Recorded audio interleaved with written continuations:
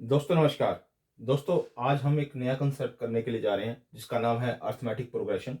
Last जो video थी हमने उसमें क्वाड्रेटिक इक्वेशन का कंसेप्ट को वो पूरा कंप्लीट कर लिया था। आप उसके सारे पार्ट देख लीजिए, आपके लिए वो मोस्ट इंपॉर्टेंट है। आज जो हम अर्थमेटिक प्रोग्रेशन एपी के बारे में शुरू करने के लिए जा रहे हैं, इसको शॉर्ट फॉर्म में एपी बोलते हैं।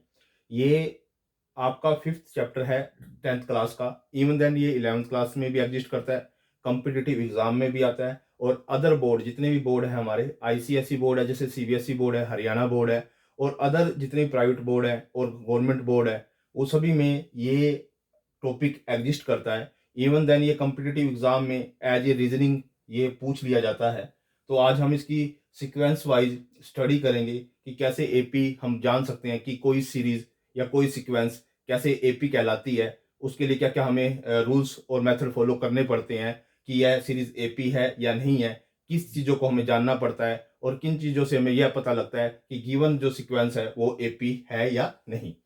फर्स्ट ऑफ ऑल, जैसे मान लो कोई सीक्वेंस दे रखी है A1 A2 A3 A4 up to AN-1 और AN। ये कोई एक सीक्वेंस दे रखी है। इस सीक्वेंस के बारे में मैं आपको बता रहा हूँ। जो A1 होता है वो फर्स्ट टर्म कहलाती है। A2 कैसे आता है? ये जो A2 है वो आता है A2 is equal to A1 plus में D, यानी कि A1 में कुछ D ऐड हुआ तो A2 जनरेट हुआ। और A3 कैसे जनरेट हुआ? A2 में A3 कैसे जनरेट हुआ? A2 में कुछ D ऐड हुआ तो A3 जनरेट हुआ। और A4 कब जनरेट हुआ? जब A3 में कुछ D ऐड हुआ तो A4 जनरेट हुआ। इस तरह से ये सीक्वेंस चलती जाएगी कि यहाँ पर रिलेशनशिप देखो, A4 है तो यहाँ A3 में कुछ ऐड होएगा, यहाँ A5 है तो उससे एक कम टर्म है यहाँ पे A4, फिर उसमें कोई D ऐड होएगा। यहाँ पर अगर n है तो n-1 उसमें कोई d ऐड होगा। यानी कि ये एक सीक्वेंस का रिलेशनशिप है। कि सीक्वेंस का रिलेशनशिप कैसा होता है एपी के अंदर, वो मैंने आपको बताया है। अब क्या हुई, इससे सीक्वेंस कैसे जनरेट हुई? A1 को आपने ऐसे का ऐसा लिखा जो फर्स्ट टर्म है। सेकंड टर्म क्या बनी? A प्लस में D। जो थर्ड टर्म A प्लस में 2D, A प्लस में 3D, A प्लस में 4D, A प्लस में n-D। तो इस तरह से ये सीक्वेंस चलती जाएगी। तो इसको कहते हैं हम एपी, अर्थमेटिक प्रोग्रेशन हम इसे कहते हैं।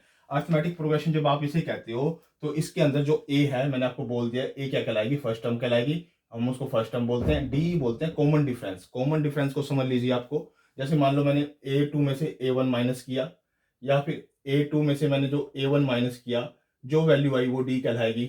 A3 में से मैंने A2 माइनस किया, जो वैल्यू आएगी वो D कहलाएगी। A4 में से मैंने A3 माइनस किया, जो वैल्यू आएगी वो D कहलाएगी। AN+1 में से मैंने AN माइनस किया, तो जो वैल्यू आएगी वो D कहलाएगी। तो अगर ये वैल्यू D, इनका जो कॉमन डिफरेंस है, जो ये D है, सभी का जो कॉमन डिफरेंस है वो सेम आ रहा है, सेम एग्जिस्ट कर रहा है, एक सेम नंबर आ रहा है। चाहे वो 4 4 आ रहा है, चाहे वो 5 5 आ रहा है, चाहे वो 6 6 आ रहा है। तो अगर सेम कॉमन डिफरेंस एग्जिस्ट कर रहा है तब हम उस सीक्वेंस को, जो गिवन सीक्वेंस है, हम उसको एपी बोल पाएंगे। अब इसके बाद हम सीक्वेंस का एक एग्जांपल ले लेते हैं, एक इलस्ट्रेशन ले लेते हैं, उसके माध्यम से हम समझ लेते हैं। जैसे कोई सीक्वेंस दे रखी है 4 1 4 7 10 13 is an AP. First of all whether we come to know, हमें यह जानना है कि ये एपी है या नहीं है। फर्स्ट ऑफ ऑल आपने क्या चेक करना है कि आपने कॉमन डिफरेंस चेक करना है। क्या A2 माइनस में A1 का क्या आता है? 3 आ रहा है। फिर A3 माइनस में A2 का कॉमन डिफरेंस चेक करते हैं, वो भी 3 आ रहा है। फिर A4 का कॉमन डिफरेंस चेक करते हैं, A3 माइनस में A2, तो वो चेक करते हैं, तो वो हमारे पास क्या आ रहा है? इसमें से ये माइनस किया तो भी 3 आ रहा है। यानी कि इनका सभी का जो कॉमन डिफरेंस है वो 3 आ रहा है, वो 3 आ रहा है। और फर्स्ट टर्म हमारी 1 है। ठीक है, हमने कॉमन डिफरेंस चेक कर लिया कि सभी जो सीक्वेंस में जो भी नंबर एग्जिस्ट करते हैं, A1 A2 A3 A4 A5 A6 जितने भी नंबर एग्जिस्ट करते हैं, उनकी अगर सीक्वेंस में अगर मैं दो नंबर का डिफरेंस चेक कर रहा हूं, जैसे A3 माइनस में A2, A4 माइनस में A3, A5 माइनस में A4, तो इनका जो कॉमन डिफरेंस चेक कर रहा हूं वो सेम आ रहा है, सेम एग्जिस्ट कर रहा है, तो हम उस गिवन सीक्वेंस को हम एपी कहेंगे। अब इसके बाद जो हमारा जो आगे का क्या सिस्टम है, इसमें एक और जो एग्जांपल दे रखा है आप उसको समझिए। जैसे मान लो 11 7 3 -1 इज एन एपी। ये एपी चेक करनी है। देखो फर्स्ट टर्म तो हम इसको बोलते हैं, जो फर्स्ट टर्म है वो 11 होगी हमारी। जो कॉमन डिफरेंस क्या है, आप 7 में से इसको माइनस करोगे तो -4 आएगा, इसमें से इसको माइनस करोगे तो भी -4 आएगा, इसमें से इसको माइनस करोगे तो भी 4 आएगा माइनस का। तो यानी कि जो कॉमन डिफरेंस है वो सभी का जो डी है वो सेम आ रहा है। तो इसलिए जो गिवन सीक्वेंस है कि वो क्या कहलाएगी? हमारी एपी कहलाएगी। अब एक और सम दे रखा है आपको, ये तो एक रूल एपी का पता लग गया। जो सेकंड मेथड है, जो मैं अब आपको बता रहा हूँ, सेकंड मेथड है, उसको भी आप बड़े ध्यान से सुनना। ये शॉर्टकट मेथड है किस्म से। आपको अगर ये याद हो जाता है तो आपकी इस चैप्टर पे धीरे धीरे कमांड बननी स्टार्ट हो जाएगी। कैसे? जैसे ए एन आपको गिवन है 4n प्लस में 5, ये आपको एपी में गिवन है, ये कह रहा है एपी में गिवन है। फर्स्ट ऑफ ऑल मैंने 4 से 5 टर्म निकाल ली। मैंने 1 पुट किया एन की जगह तो मेरा 9 आ गया। मैंने 2 पुट किया तो मेरा 13 आ गया। मैंने 3 पुट किया एन की जगह तो मेरा 17 आ गया। मैंने 4 पुट किया एन की जगह तो मेरा A4 की वैल्यू 21 आ गई। फिर मैंने एन की जगह 5 पुट किया तो मेरा A5 की वैल्यू 25 आ गई। मैंने यहाँ 6 पुट किया तो मेरा 29 आ गया। अब जो रूल क्या कहता है, रूल बड़े ध्यान से सीखना, पता करना कि अगर डी कॉमन डिफरेंस, अगर कॉमन डिफरेंस ए एन प्लस में 1 और माइनस में ए एन, अगर इनका कॉमन डिफरेंस कोई नंबर आ जाता है, कोई वेरिएबल नहीं आता, केवल नंबर आ जाता है और वो इंडिपेंडेंट एन होता है, उसके अंदर एन एग्जिस्ट नहीं करता, यानी कि एक सिंगल नंबर आ जाता है, तो वो डी अगर सिंगल नंबर आ जाएगा इन दोनों का डिफरेंस, तो वो सीरीज क्या कहलाएगी? एपी कहलाएगी। आप इसका एग्जांपल देख लीजिए, मैं अभी बता देता हूँ। जैसे मैंने एन की जगह एन प्लस 1 पुट कर दिया, एन प्लस में 1 पुट कर दिया, यहाँ पे एन प्लस 1 पुट कर दो, तो 4 इंटू एन प्लस में 1 प्लस में 5, ये एन ए एन प्लस में 1 वाली टर्म आ गई, ये वाली आपकी। अब क्या करो, इसमें से ये वाली टर्म माइनस करो, ये इसमें से ये वाली टर्म माइनस करो।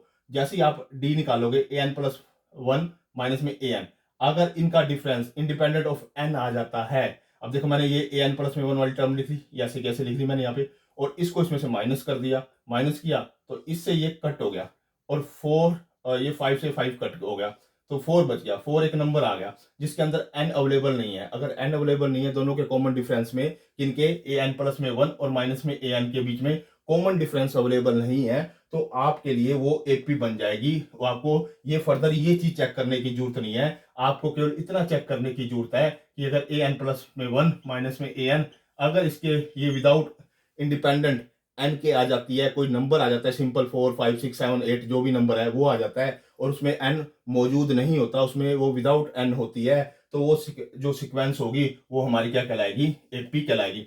अब एक और सेकंड एग्जांपल देख लो इसी का। ए एन गिवन है हमारे को 2n स्क्वायर प्लस में 1। अब ये हमारे को ए एन की टर्म गिवन है, तो मैंने n की जगह n प्लस में 1 पुट कर लिया यहाँ पे, तो ए एन प्लस 1 हो जाएगा। तो यहाँ n की जगह n प्लस में 1 पुट किया, तो मैंने इसको सोल्व किया, तो इसका ओपन कर दो स्क्वायर, ए का स्क्वायर बी का स्क्वायर प्लस में 2ab, ठीक है, प्लस में 1।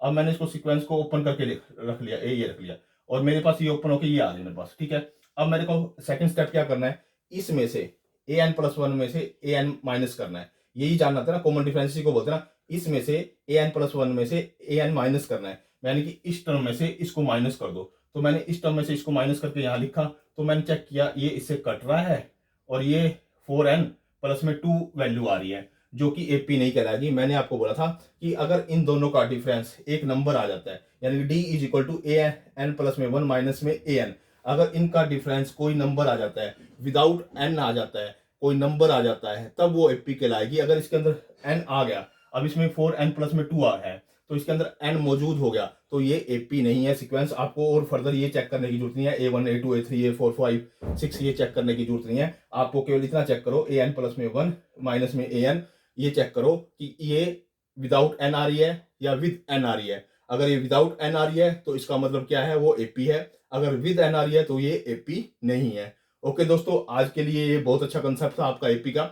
आप खुद भी देखिए, अपने दोस्तों के साथ भी शेयर कीजिए, लाइक भी कीजिए, कमेंट भी कीजिए, और इसको 2 से 3 बार जब प्रैक्टिस करोगे तो आपका ये बहुत अच्छा कंसेप्ट है। अगर आपने इस फॉर्मूले को अगर याद कर लिया, ये बहुत अच्छा फॉर्मूला है, बहुत अच्छा मेथड है, इसको आप फॉर एवर के लिए याद कर लीजिए, आपके कॉम्पिटिटिव एग्जाम में भी मिलेगा। ओके दोस्तों, धन्यवाद।